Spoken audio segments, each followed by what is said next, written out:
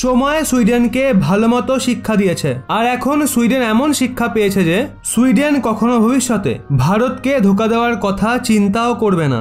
যেমনটা সুইডেন বিগত কিছু সময় অনেকবার ভারতকে আশ্বাস দিয়েও ভারতের পেছনে পাকিস্তানের সঙ্গে অনেক ধরনের গুপ্ত সৈন্য সমঝোতা করে ফেলেছে, কিন্তু সুইডেনের এমনই ধোঁকাবাজির ফল দাঁড়ায় ভারতও ধীরে ধীরে সুইডেনের হাতিয়ার থেকে দূরত্ব বাড়িয়ে নেয়। আর আজকের সময়ে ভারত ও সুইডেনের মাঝে হাতিয়ারের কেনাবেচা নামমাত্র রয়েছে। ওদিকে এখন সুইডেন পাকিস্তানের হাতিয়ারের বাজার থেকেও বাইরে চলে গেছে, কারণ তুর্কি ও চীন সুইডেনের হাতিয়ারকে পাকিস্তানের বাইরে ধাক্কা মেরে দেয়, আর সুইডেনের সামান্য কিছু বেঁচে থাকা হাতিয়ারের সমঝোতাকেও আমেরিকা হাতিয়ে নেয়। ওদিকে ইউক্রেনের ধ্বংসকে দেখার পর সুইডেন নিজের ভবিষ্যতের বরবাদিকে নিয়ে অনেক চিন্তায় রয়েছে। এখন এক্ষেত্রে সুইডেনের দিগ্গজ নীতি নির্মাতারা সুইডেনের দিগ্গজ নেতাদের উপদেশ দিয়েছে ভারতের সঙ্গে সহযোগ মজবুত করার জন্য। তারা বলেছে ভীষণই ভরসার সঙ্গে ভীষণই মজবুত এবং অনেক উপযুক্ত একটা পদক্ষেপ নেওয়ার আবশ্যকতা রয়েছে, কারণ সুইডেন যতই ন্যাটো সংগঠনের সদস্য না হোক,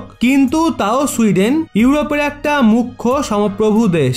আর এই সময় ইউরোপীয় ইউনিয়নের সমস্ত দেশ ভারতের সঙ্গে কোনো সুযোগকে হারাতে চায় না।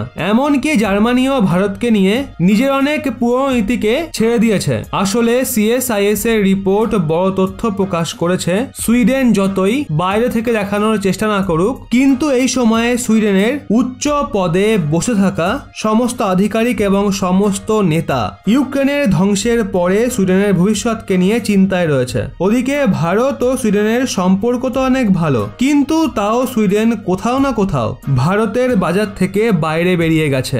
আর এর জন্য ইতিহাসে সুইডেনের ধোঁকাবাজি সম্পন্ন নীতিকে দায়ী বলেই মনে করা হচ্ছে। কিন্তু এখন সুইডেনের মনে হচ্ছে যে ভারতের সঙ্গে তার সম্পর্ক আরো মজবুত হওয়া উচিত ছিল।